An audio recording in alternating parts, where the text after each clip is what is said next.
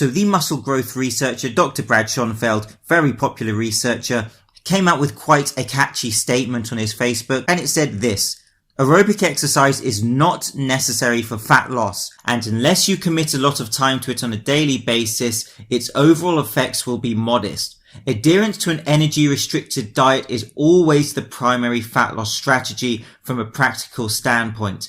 Moreover, resistance training is essential, and thus more important than aerobic exercise, for maintaining or even increasing lean mass during energy restriction. That said, cardio can be used in combination with diet and lifting to enhance fat loss, and it has numerous other health-related benefits as well. Just don't expect to hit the treadmill a few times a week and shred fat. And so the reason I'm making this video is because I believe people get confused between cause and effect, and some people may read this statement and instantly have quite a triggered response. But actually, if you read it in a balanced with an open mind as well, you will understand essentially what he's saying. My first question to you is, do you agree or disagree with him? Let me know down below. But we do need to understand what he is saying. He is not saying don't do cardio to lose fat.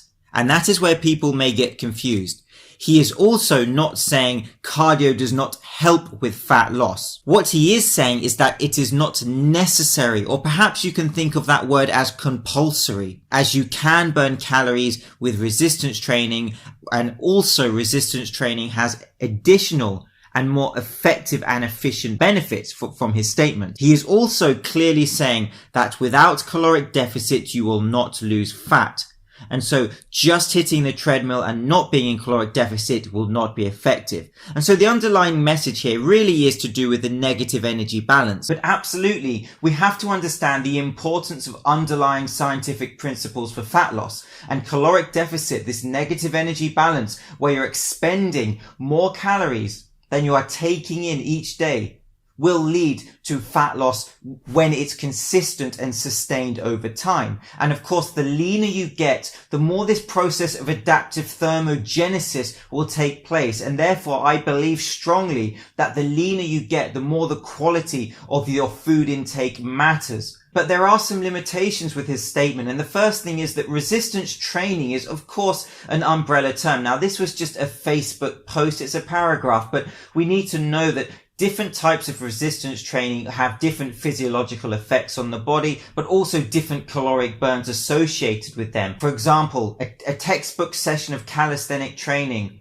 will burn a lot less calories over a 30-minute period than, let's say, an intense volume training workout using barbells. And caloric burn, whilst important, is not the only reason. And this comes down to the idea that sometimes people just focus on quantity. How many calories am I burning during my exercise session, whether that's cardio or resistance training or a mixture of both? And actually, when it comes to lifting weights, the quality of your sessions is absolutely essential. And of course, something else that we need to throw in here is how much caloric burn you have through your day, your NEAT, your non-exercise activity thermogenesis. The more active you are, the more calories you are burning outside of your specific training session, the more you can factor those in. And if you are busy, if you are working 9 to 5, 6 days a week, you might not have time to hit cardio and resistance every day. And by having a more active daily routine through your work life and through your walking, for example, you will perhaps be able to cut out the cardio as you are burning those extra calories. But if we are looking at caloric deficit for fat loss, which we are because it's essential, cardio can actually be extremely effective because it does burn a lot of calories per minute. Depending on the intensity of your cardio. Now, I've made videos about intensity of cardio and caloric burn, and also this idea of EPOC, excess post-oxygen consumption. And if you are performing some moderate to high intensity cardio, not only are you going to burn a large amount of calories within that time frame, but you will also have that caloric burn due to the increased metabolic rate and post-workout. And also because the body is trying to get down to normal levels, your body is trying to return to homeostasis. For example, flushing out lactic acid from the body. This is also contributing to further caloric burn if you do intense cardio. Now, the same is true of resistance training. Your body will need to repair muscle tissue, for example. And also, the more lean mass you have, the more muscle mass you have, the more your daily caloric burn will be, because your body has to produce and have a more effective, efficient energy flow to sustain that active tissue. Muscle is active tissue and it needs extra calories, the more muscle mass you have, to keep that operational. This idea of use it or lose it. The important point with resistance training is the maintenance of lean mass. The maintenance of muscle mass is essential when you are losing fat.